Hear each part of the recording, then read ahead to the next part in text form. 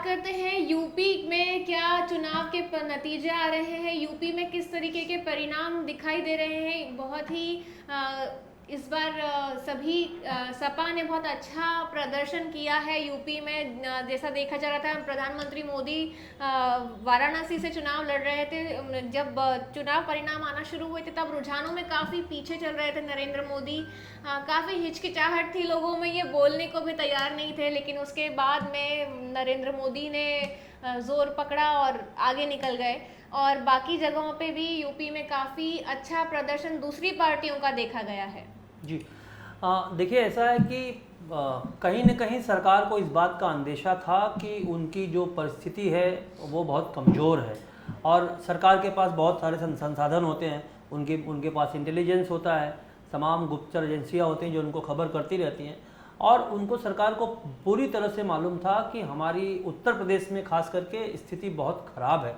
इसलिए हमने देखा कि आखिरी चरण में जाके चुनाव शुरू होने के जस्ट पहले किस तरह से उन्होंने आरएलडी को अपने साथ में मिलाने के लिए चौधरी चरण सिंह को भारत रत्न का घोषणा कर दी और इसके बाद उन्होंने आरएलडी को मिला लिया, क्योंकि हम सब जानते हैं कि आरएलडी का एक संगठित वोट बैंक पश्चिमी उत्तर प्रदेश में है। और इसके बाद में तमाम छोटी छोटी पार्टियों से, ऐसी छोटी छोटी पार्टियों से गठबंधन किया गया है जिस पार्टी का एक भी आप लोकसभा तो छोड़ दीजिए, विधानसभा में भी एक भी जीता हुआ उम्मीदवार नहीं है। लेकिन हर छोटे छोटे वर्ग को किसी तरह से अपने साथ में जोड़ने की कोशिश करने के लिए, अपनी स्थिति को मजबूत करने के लिए तमाम तरह के गठबंधन किए गए। लेकिन उसके बावजूद आप देखिए कि आज जो ये रुझान आ रहे हैं, ये इलेक्शन कमीशन का जो डेटा अभी बता रहा है, समाजवादी पार्टी 36 सीटों पे आगे चल रही है। कांग्रेस पार्टी, जिसको सारे जो सर्वेक्षण थे एग्जिट पोल के, वो 0 to 3 सीट्स दिखा रहे थे, लेकिन कांग्रेस पार्टी 7 सीटों पे आगे चल रही है और भारतीय जनता पार्टी 33 सीट और आरएलडी 2 सीट। तो इस तरह से हम देखेंगे तो सपा और कांग्रेस गठबंधन जो है वो 43 सीट्स पे आगे चल रही है और एक शायद सोनेलाल पटेल की भी सीट है, वो भी आप इसमें जोड़ दीजिए। तो इस तरह से हम देखेंगे कि भारतीय जनता पार्टी प्रधानमंत्री मोदी के करिश्माई नेतृत्व और योगी के मुख्यमंत्री रहते हुए तमाम बुलडोजर, राम मंदिर जैसे तमाम जो भावनात्मक मुद्दे थे उनको उठाया गया। उसके बाद भी अगर परिस्थिति इतनी खराब है तो ये भारतीय जनता पार्टी को इसके ऊपर गहरा आत्मचिंतन करना चाहिए, क्योंकि अगर समाज के हर वर्ग को वास्तविक लाभ नहीं मिलेगा, आज जो देश के गरीब लोग हैं, जो देश की युवा पीढ़ी है, उनको रोजगार की आवश्यकता है। आप सिर्फ 80 करोड़ जनता को आप 5 किलो राशन देके, और मैंने तो कितने नेताओं के भाषण सुने कि हम लोगों को राशन दे रहे हैं, और आपने एक वर्ग बना दिया जिसको आप लाभार्थी वर्ग कहते हो कि ये लाभार्थी वर्ग है, ये हमसे लाभ ले रहा है, ये हमको वोट नहीं देगा तो कहाँ जाएगा। तो आपने वोटर को भी एक तरह से बंधुआ बनाने की जो कोशिश की, वो कहीं न कहीं जो मतदाता होता है वो भाग्य विधाता है, वो देश को चलाने वाला वास्तविक जो सत्ता है वो वही है, और उसके दिल को कहीं न कहीं मुझे लगता है ठोस पहुंची। मुझे नहीं मालूम है कि अभी अयोध्या में क्या स्थिति है, लेकिन अयोध्या में भी कुछ समय पहले मैंने देख रहा था कि समाजवादी पार्टी का प्रत्याशी आगे चल रहा था। तो ये चीज़ों को अगर देखा जाएगा, पूर्वांचल में देखिए कि समाजवादी पार्टी और कांग्रेस गठबंधन ने बहुत अच्छा प्रदर्शन किया है और मोदी जी जीत रहे हैं, ठीक है, एक अलग बात है, लेकिन अजय राय बहुत अच्छी फाइट उन्होंने इस बार दी है।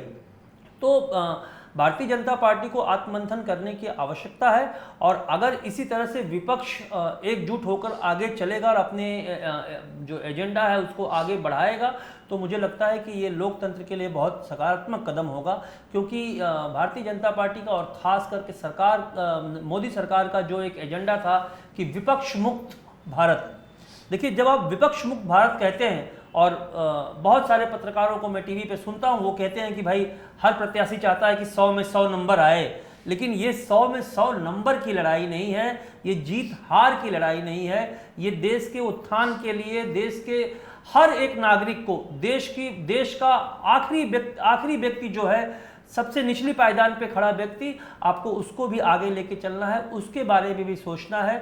जब तक इस बात को सोचते हुए पार्टियां आगे नहीं चलेंगी, और जो ये दंभ मुझे लगता है कहीं न कहीं 10 वर्षों में जो लगातार जीत जीत पे सवार जो भारतीय जनता पार्टी थी, उनके अंदर जो दम्भ आ गया था, उस दम्भ को तोड़ने के लिए भी जनता जनार्दन ने जो ये रिजल्ट दिए हैं, मुझे लगता है कि वो लोकतंत्र के लिए एक बहुत ही सकारात्मक संदेश है। जी बिल्कुल। बात करते हैं अंजनी मिश्रा जी से। सर, आपका ग्राम राज्य है यूपी जो है, आप बताइए कि वहाँ पे जो बताई जा रही है स्थिति, सर उस पर प्रतिक्रिया चाहिए आपकी कि क्या मोदी जी की लहर कम हो गई है और उनके जितने मुद्दे उनके ऊपर ही उल्टे पड़ गए हैं?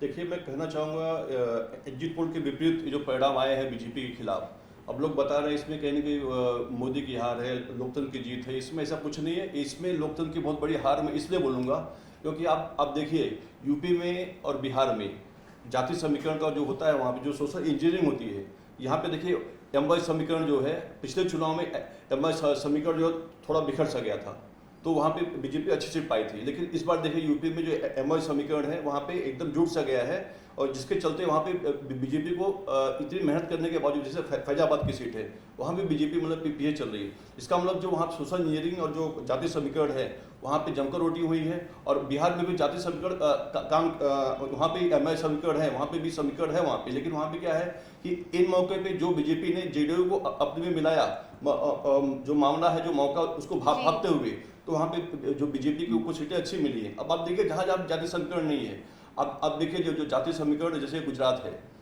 मध्य प्रदेश है, राजस्थान है, हिमाचल है, जो पहाड़ी इलाके हैं, जो ये सब इलाके हैं, देखिए आपका जो साउथ के कुछ राज्य हैं जहाँ पे जाति समीकरण नहीं, वहाँ पे बीजेपी अच्छा कर रही है।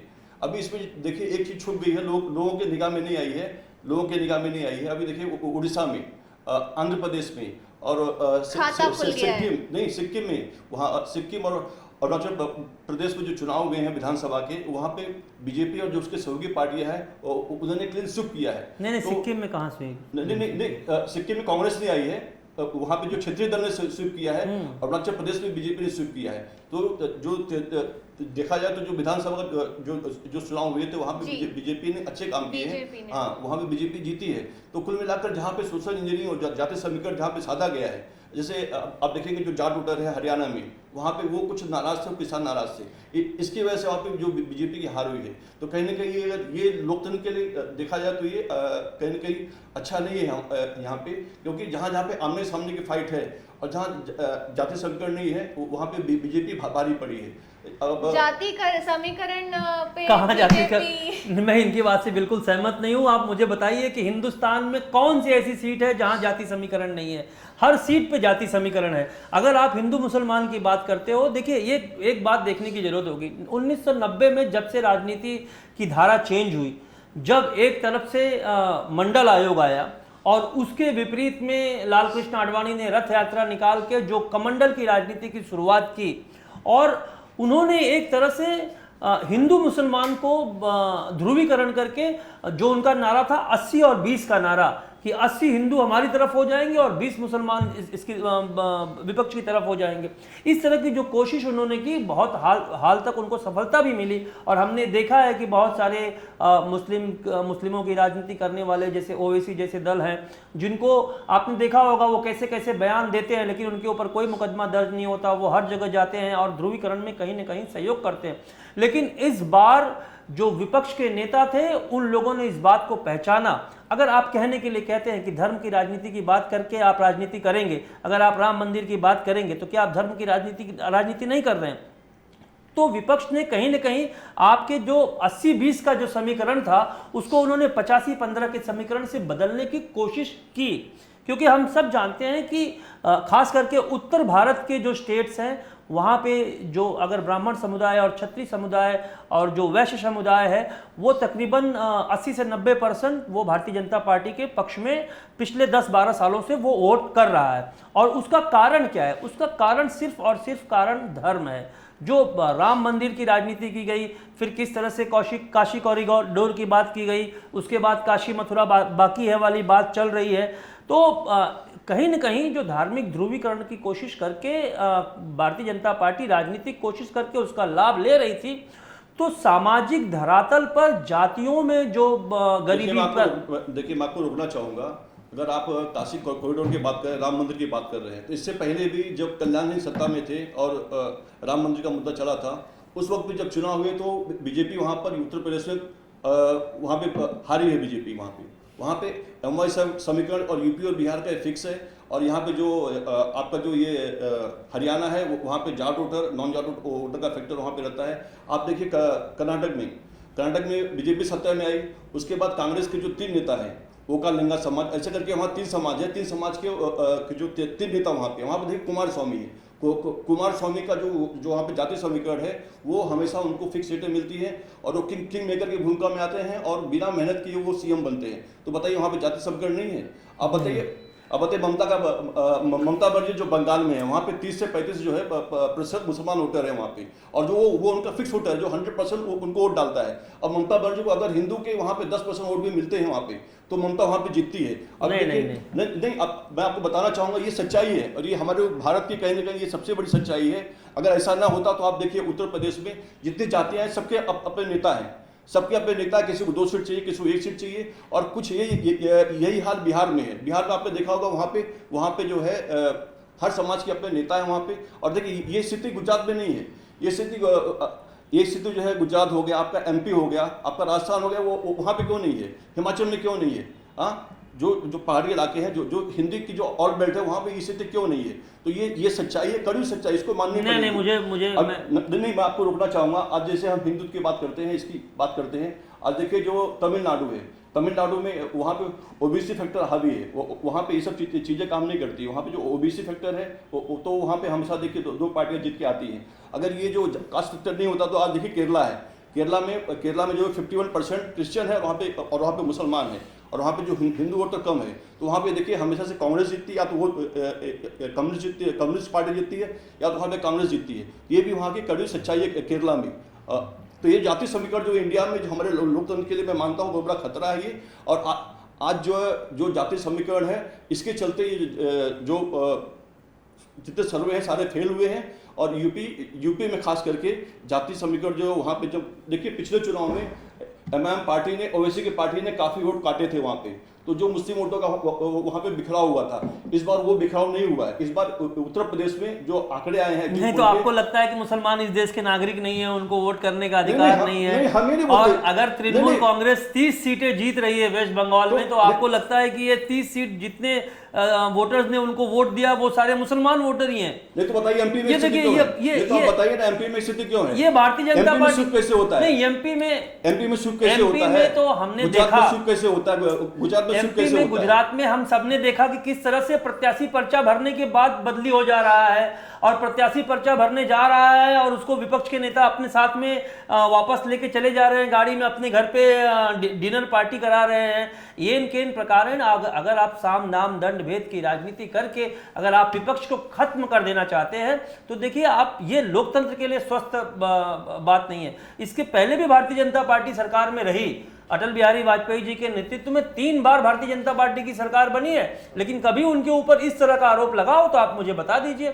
ऐसा नहीं था कि पहले ईडी नहीं थी, CBI नहीं थी, इनकम टैक्स नहीं था, और कमोबेश जो गलत करेगा उसके ऊपर कार्रवाई होगा। देखिए मैं आपको रोकना चाहूंगा, आप बोल रहे हैं उस समय भी 3 बार सरकार बनी उनकी, आखिर वाजपेयी की सरकार उस समय क्यों गिरी? आपको पता होगा ना। आज यूपी है, बिहार है, मायावती थी, मायावती देखिए मायावती धर्म और जाति में जब तक जितनी पार्टियां हैं, कम्युनिस्ट हो चाहे मायावती कोई पार्टियां हो, सारी पार्टियां कांग्रेस के खिलाफ बढ़ती थी और चुनाव में कांग्रेस को बहुमत नहीं मिलता था। फिर यही पार्टियां आके कांग्रेस को साथ देती थी। भारतीय जनता पार्टी धर्म और जाति के नाम की राजनीति करते हुए अगर आप सोचते हैं कि आप सत्ता में बैठ के आप जनमानस के ऊपर राज कर पाएंगे तो ये नहीं होगा। आपको मानना पड़ेगा। लालू यादव की आज स्थिति क्यों हुई? लालू यादव क्यों जेल में गए हैं? लालू यादव जेल में गए, आज जो केस चले हैं मायावती के ऊपर, ये कानूनी प्रश्न पे बात नहीं करेंगे, सारे कांग्रेस ने चुनाव रिजल्ट पे बात करिए। जिस तरह से आप जातियों में और धर्मों में वापस हम लौटेंगे कुछ ही देर में, बने रहिए आवाज इंडिया के साथ।